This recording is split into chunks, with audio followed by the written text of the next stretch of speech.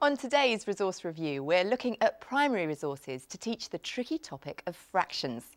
And I hope that the three resources that each comprise 1/3 of the show will add up to one useful programme. The resources are a set of card games to play indoors or outdoors, a box of magnetic shapes, and a school website featuring links to fractions activities.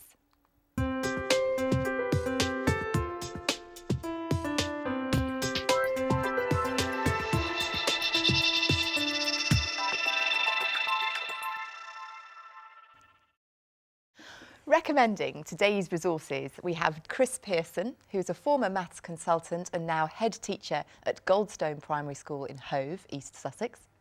On the panel today is Keith Fox, head teacher at St John's Walworth Primary School in the London Borough of Southwark.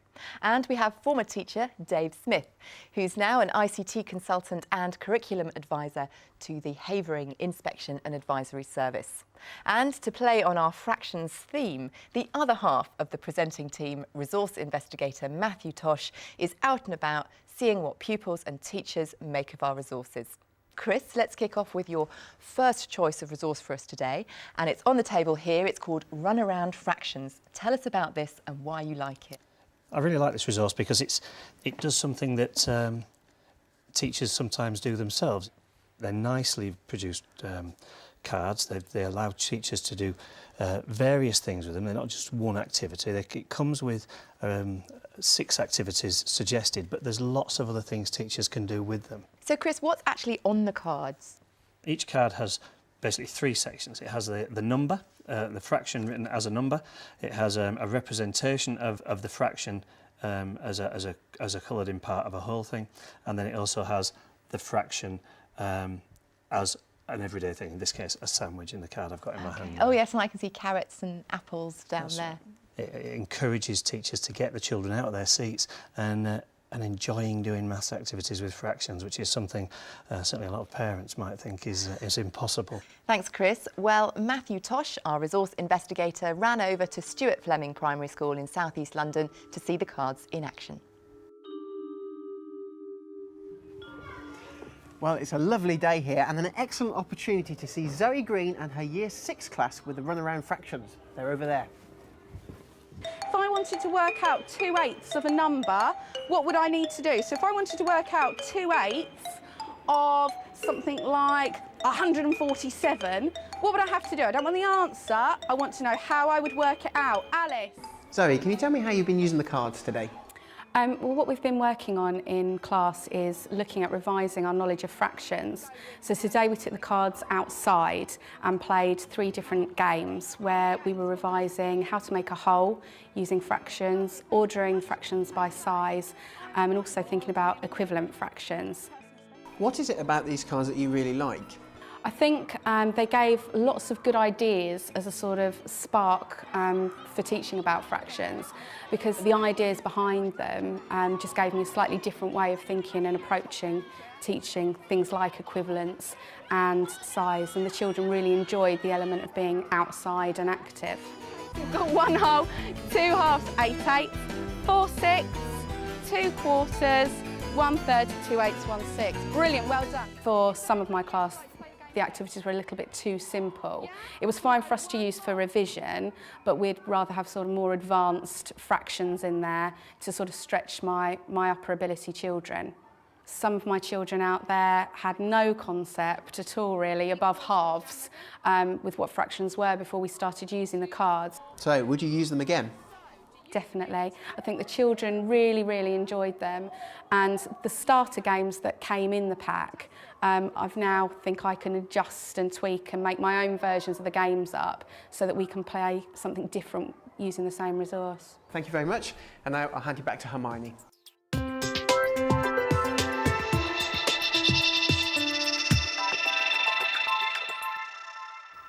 Keith, what do you make of runaround fractions? I think it's a jolly good idea having fractions activities which involve the children in those sorts of physical activities.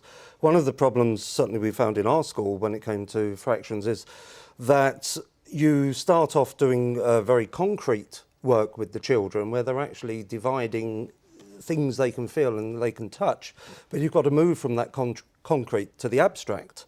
And with these cards and with those sort of activities, you've got both sides. You've got the concrete going on, the abstract, so the children can make that comparison. Great. Dave, what do you make of them? Well, certainly from the classroom-based activities of breaking up bits of chocolate and pizzas and going outside and bringing healthy schools into this by actually making the children run around is great. I think I pick up the point you were saying about the, the more difficult fractions, but then again, this is, it's pitching it to the right level of the children. You use this as a differentiated activity, it'd be fine. The only thing I would say, and I think it's a nice quality resource in terms of the look and feel of it, say is that this used over and over outside, maybe a little flimsy in terms of the card, so maybe a bit thicker on the card, and that may help. But other than that, no, I very much like it. Chris? For the cost of them, I think they're good value. I think Keith's point about that moving from concrete to abstracts is really, really important, and I think that this is a fun, or this provides fun ways of doing that. Okay, well now let's move on to your second choice resource, Chris. Absolutely. It's a set of magnetic shapes here called 3D fraction shapes. Tell us about this resource. Okay, I really, really like this resource. I'd never seen a resource quite like this before because it allows children to really understand parts of three-dimensional shapes and understand the idea of fractions. This allows children to really explore shapes and really see how shapes fit together. And with the different range of shapes that we've got there, you can see you can do work with equivalence. You can do work that shows how you can't add certain fractions to make a whole. And also the fact that there's a sphere and a cube shows that actually two halves only make a whole if they're halves of the same unit. Okay, well let's see if Matthew found the same response. He visited Glebe First and Middle School in Harrow in Middlesex to see the 3D shapes in action. Who can tell me what this is? What fraction is it? Amara? A whole. Good girl. Satvinder, how have you been using the magnetic shapes today? Okay, we've been using them with year 5, and basically they were going to add up 2 fractions together and work out the answer, and then they were given the 3D fraction shapes to actually explore the answer and use them to show what they've worked out. So what's the actual benefit of having it there in front of you? When the children were asked to actually work it out on their whiteboards, they had to look at 2 sums and work it out as an answer. When they were given the resource as a 3D resource, they could actually try out the pieces, assemble them together. So it's a very good visual resource. It's half of a quarter. Come on, guys, Kishan, you know. 1/8. Okay, so how many eighths do we have here? Now, you've mentioned the visual aspect. Do you think the blocks are suited to a particular learning style? They are suitable for a range of students, but I think they're more geared to older students in the primary school. Now, is there anything you perhaps don't like about them? The other fractions were fine. I think the third did confuse the children and they didn't find any use for it, and they were exploring that fraction. Perhaps it could be complemented with the 6th, maybe, which would match up and give them more options to try things out. What do you like about them? It's just that they're magnetic. So they stick together? Yeah. So you've used the resource today. What are your overall impressions? It's been an excellent 3D resource to use with fractions. Thank you very much, Satvinder. Now let's see what our panel thinks. It's back to the studio.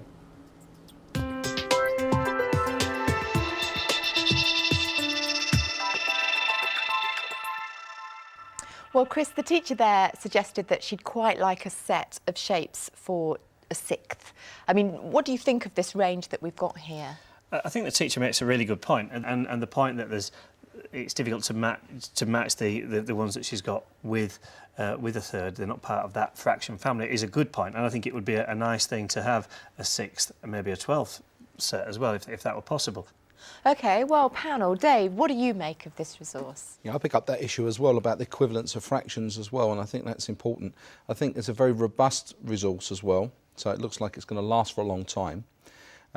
Maybe it would be useful on the fraction parts of the fractions themselves, the shapes, actually write on what the fractions are so the children can see that. Hands-on in the classroom, you'd need groups of these around the room. Price is okay for that because they're going to last for a long time, I would think. So I think it'd be a very useful resource to use for teaching fractions, actually. They look quite sort of tactile to me. I'm surprised you guys haven't jumped in and are playing with them. That's what I want to do. Keith, what do you make Well, of I them? was going to jump in because I think one of the things with children, and I think this would be good with very young children as well, is when you're dealing with fractions, you look at that and what have I got? I've got 1. And is that a whole? And because of the colour and because of it being so tactile, you can put them together and say, well, no, that is part of a whole 1. It isn't 1 on its own. Now I'm getting confused. You can see how children would get confused. So this is another box of tricks that you can use to actually help children to understand that a fraction is part of a whole, and you've got the colour coding here to help you. And if I can say that, I think that what this sort of resource does is it develops a concept of what fractions actually are, and too often we do jump from that concrete into the abstract too quickly before children really get that understanding of what a fraction and what fractions are all about, which is this idea of parts of wholes. Great. Well, thanks very much. Now let's move on to Chris's third choice of resource for us today, and it's the fractions section of the Coxhoe Primary School's website. Chris, tell us why this is a resource that you're recommending for us. Teachers can use it on an interactive whiteboard, but it can also be used by children sitting at a computer on their own. So this is one choice that you can access through this website portal, if you like, that's all these choices relate to fractions. That's right, and some of them are better than others. Right. I don't know them all, but some of them are good, some of them maybe I wouldn't personally use. This one I do like. It shows the fraction as an image with a part of the square filled in, and then it also allows you to try and match the fractions so that you can add them together. And I can see you've got different levels of difficulty that you can set. That's right, and the more difficult problems are really quite challenging and really designed to get children to really explore this application so they can solve the problems. Is this a free application? It's downloadable for free on a trial basis. If you want to get the licence for it, you have to pay for that for the school. OK. Well, Keith, what do you make, first of all, of Coxhoe Primary School's attempt to bring all these resources together, and then secondly, this particular one? The resources being all together saves teachers a fantastic amount of time. So this is very valuable.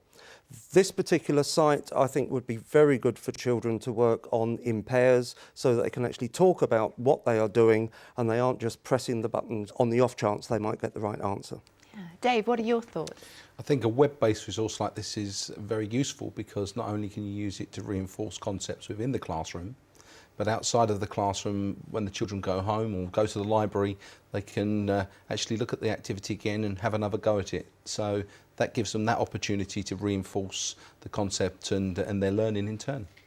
Great. Well, thank you all very much. That's all we've got time for, I'm afraid. But just to recap, the three resources that we've looked at are Runaround Fractions, supplied by TTS Group, Magnetic 3D Fraction Shapes from Hope Education, and the Fractions section of the Coxhoe Primary School website. For more information about the resources we featured, go to our website. It's teachers.tv/resource review, or you can email us resourcereview@teachers.tv. I'd like to say a very big thank you to our panel, to Chris, to Keith and to Dave, and thank you for joining us. Bye-bye.